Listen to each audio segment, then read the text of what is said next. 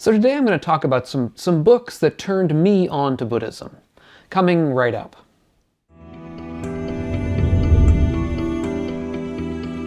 Welcome, I'm Doug Smith. I'm study director at the Secular Buddhist Association. That's secularbuddhism.org. If you're new to the channel and interested in living a wiser and a kinder and a calmer life, consider subscribing to the channel.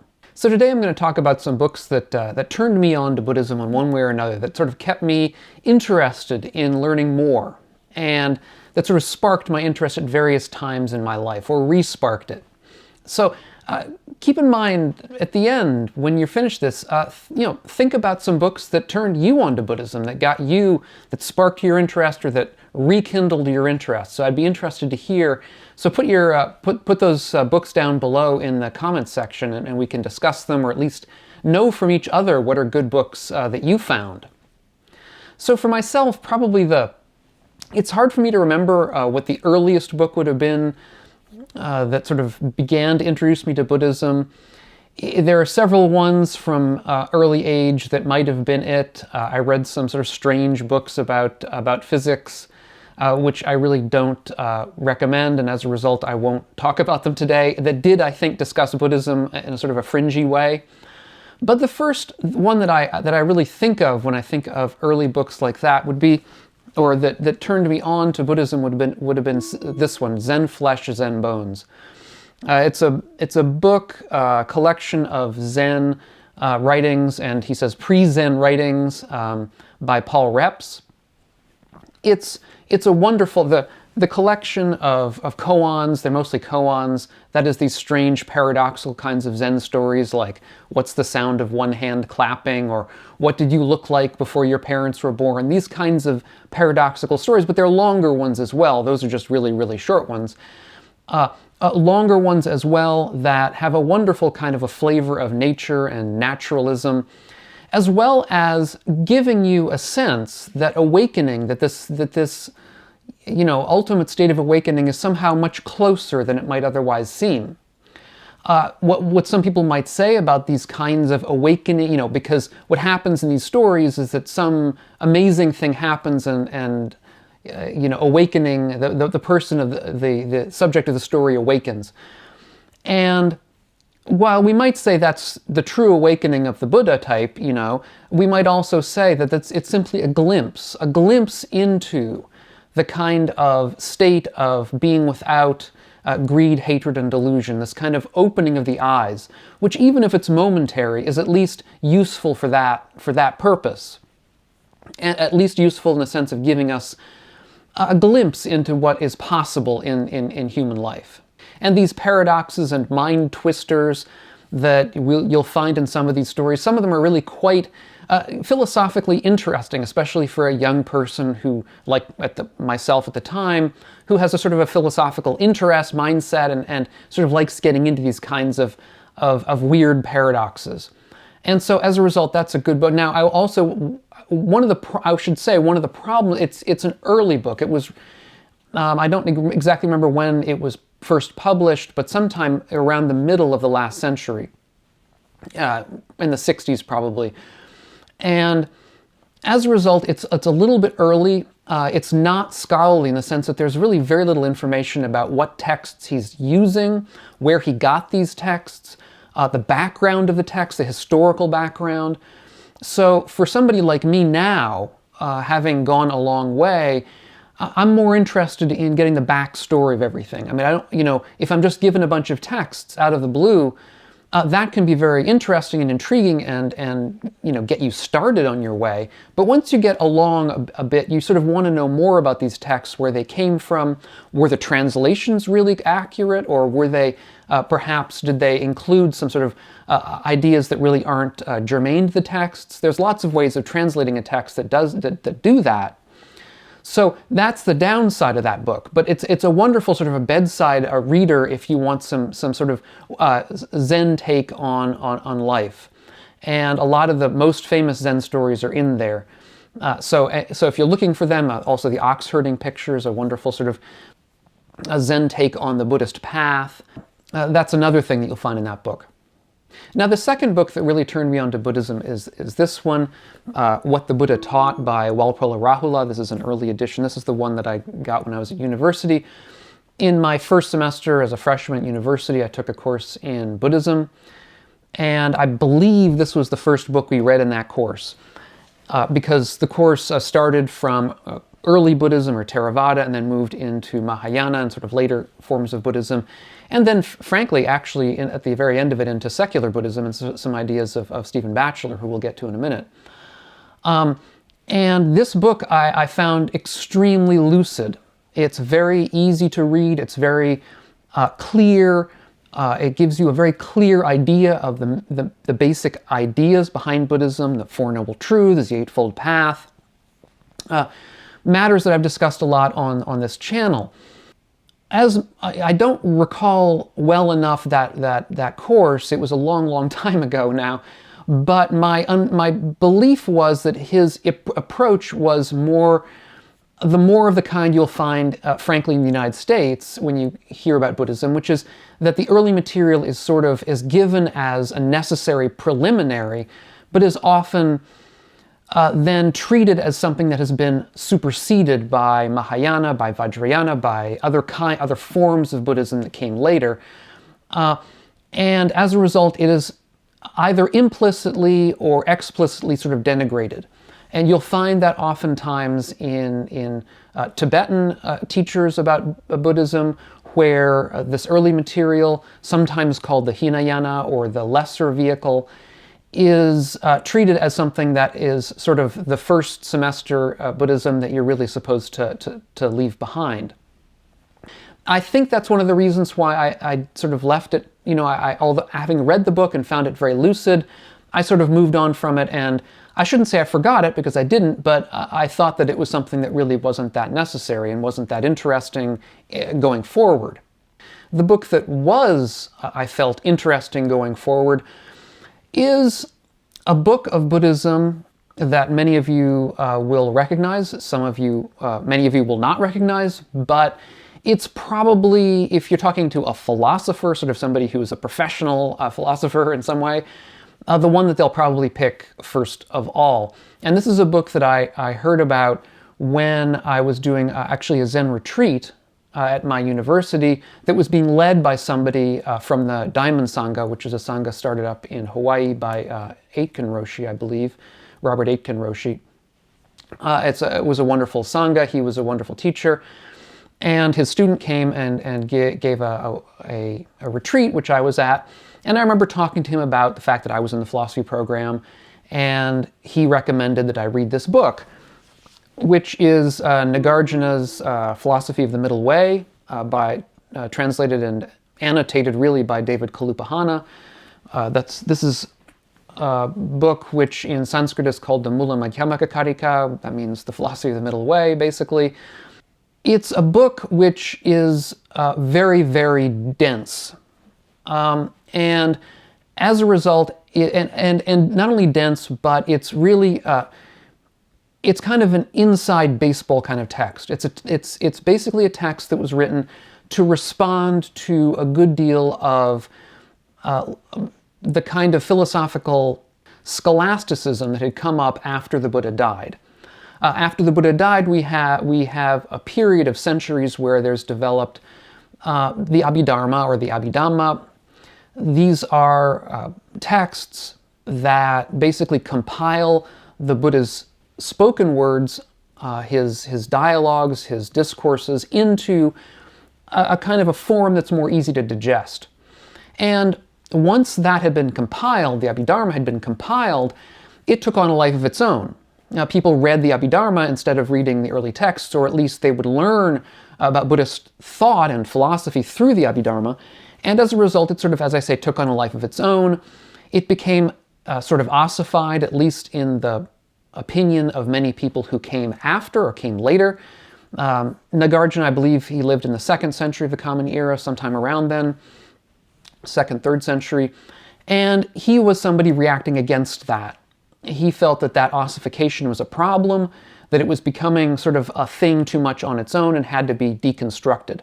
And so as a result, the point of Nagarjuna's text is sort of to attack all of our conceptual approaches to Buddhism, and to attack a kind of, to sort of deconstruct that kind of conceptual edifice that you might say had become too ossified before him.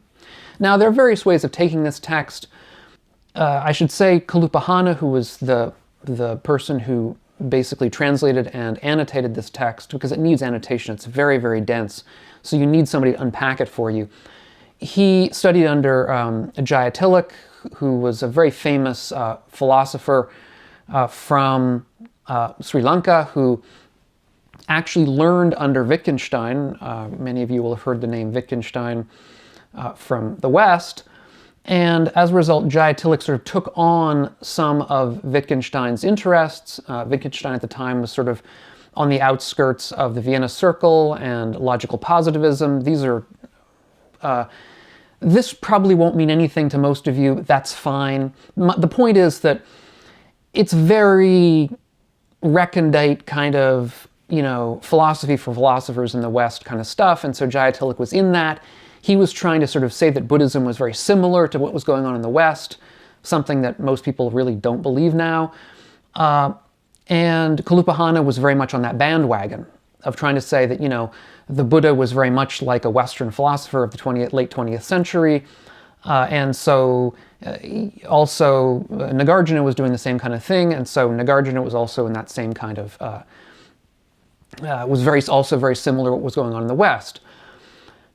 When I got to graduate school, I was sort of disabused of a lot of this stuff. I was told in no uncertain terms that Kalupahana was not a good translator of these texts and was not somebody to rely upon. And at that point, I was kind of leaving behind a lot of the overarching skepticism, the deconstructionism that I had sort of taken on when I was an undergraduate and coming into graduate school. I will say that for most people, this text, the Mula Madhyamaka Karika, first of all, it's been translated by many people, most recently by Mark Sideritz, I believe, which is supposed to be, I think, the best translation right now. So there, if you're interested in this kind of thing, if you're really interested in deep philosophy, if sort of philosophy is your thing, then you might want to pick up a copy. There are sort of two approaches to Nagarjuna. One of them is that it's a really brilliant text, and the other is that it's very faulty and overrated. Most people believe that it's a really brilliant text. I will say that there are a number of different sort of interpretations of what Nagarjuna was trying to do in that text, and there's a fight within, well, in fact, really within Buddhist history about how to make sense of the text. You have different schools approaching this text in different ways. Some saying that it's, complete skepticism about everything. Some saying that really only it was intended to deconstruct very faulty notions, but that it wasn't a complete kind of skepticism. Again, this is part of the issue with getting into deep philosophy, is that it gets all up in the head very quickly. When I was in graduate school, I studied this text, or at least the school that came out of it, which is called the Mechanicus School within Buddhism. Had a course in the school with a Tibetan geshe whose interest really was in talking about the ways that it had been developed within the Tibetan tradition in a number of different sub-schools.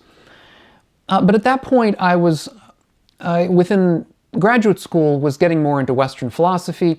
I think it's accurate to say that I was somewhat concerned with issues of rebirth and active karma within Buddhism. Didn't feel that I could make sense of that. Didn't feel that I could hold on to that. I was being turned off by this very, very, I would say, recondite kind of scholastic Buddhist interpretation of Nagarjuna and the schools that came after him, which I felt and still do feel are kind of a dead end. It's a lot of philosophical argument that seems to go nowhere between various people, and that goes on to this day. And as a result, I largely left Buddhism aside for many years, really, and then came back to it more recently, both because I wanted to do meditation, and then I went back into Zen meditation first, feeling that was the sort of the purest form of meditation. I didn't have to deal with the philosophy. In lots of ways, Zen is very pure in that way. They've taken on a certain aspect of the teaching of Nagarjuna in the sense of sort of being very skeptical about everything. So as a result, you can go to a Zen meditation, don't have to listen to anything really if you don't want to, or don't really have to pay attention to it. It doesn't really matter. What matters is the sitting. And then began to come back into early Buddhism. And one of the helps, one of the spurs to me to come back to early Buddhism was this book, The Confession of a Buddhist Atheist by Stephen Batchelor. And many of you will be familiar with Stephen Batchelor's name. He is sort of Mr. Secular Buddhism. He's the single person who has made the most difference in pushing a sort of a secular interpretation of Buddhism out to the world. Stephen Batchelor studied for many years as a Tibetan Buddhist. He was, or I believe he was a monastic for a time. In fact, he was. He talks about it in the book. He then left that and became, for a time, a Zen monastic in the Korean tradition. And then subsequent to that, he left monasticism entirely and is now a lay practitioner and teacher. In my opinion, this is the best of Stephen Batchelor's books. It's the most down-to-earth. It's a confession book in the sense that it really is a personal memoir of his experiences within in his life in general, but within the Tibetan tradition, within the Zen tradition. And after that, his coming to an understanding of Buddhism through the early texts and through an understanding of Gautama Buddha himself, which he felt, and I in fact agree, is the most down-to-earth and comprehensible way of coming to Buddhism nowadays. Stephen Batchelor was the person, as a result, among everybody who really did convince me that it was worth coming back to early Buddhism. There was much more to be seen there. When I was in graduate school, it really was not taught. It was not taught as a separate program, early Buddhism. In fact, I don't think that anybody taught any of it, to my recollection, which was, too bad. But again, in later traditions, it's seen as something that had been superseded to a large extent, and as a result, it was really never taught, and virtually never even were quotations discussed. It was all later material. Once I had come back to early Buddhism, that's what helped me to remember this book that I discussed by Walpola Rahula, because when I thought, early Buddhism, I thought, my gosh, I have a book about that I remember reading when I was starting out at university, and that I had felt was very clear and understandable. And although Rahula's book is no longer really cutting edge now, it's quite dated and not really historically accurate as regards early Buddhism. It's close enough for a beginner. And if you're really interested, then you can go deeper. But it's a wonderful. He certainly understands the texts as well as anybody, and as a result can bring them to life. And so that really was what got me going, and a feeling from Stephen Batchelor that it was possible to reconcile early Buddhism with a secular take, which is a take which sets to one side issues of supernatural issues of rebirth, more speculative issues about active karma, and which is not to say that I have no use for them. I can see that they can be useful for many people. I practice all the time with people who believe them. That's fine, because the practice is really the same for if you believe in them or not. But nevertheless, my focus, having followed Stephen Batchelor, is really to focus on the now, on this life. I'd be interested to hear how you came to Buddhism, or what kinds of books you found, or if it wasn't a book, maybe a movie or a show that helped you get into Buddhism and that you found was inspirational or helpful for you to understand it. So thanks so much for being here. I hope if you've gotten something out of this, please check out my Patreon page and help consider supporting the channel. It's linked down below. Consider subscribing, give it a thumbs up if you found it useful, and I hope we'll catch you on the next one of these videos. So meanwhile, be well.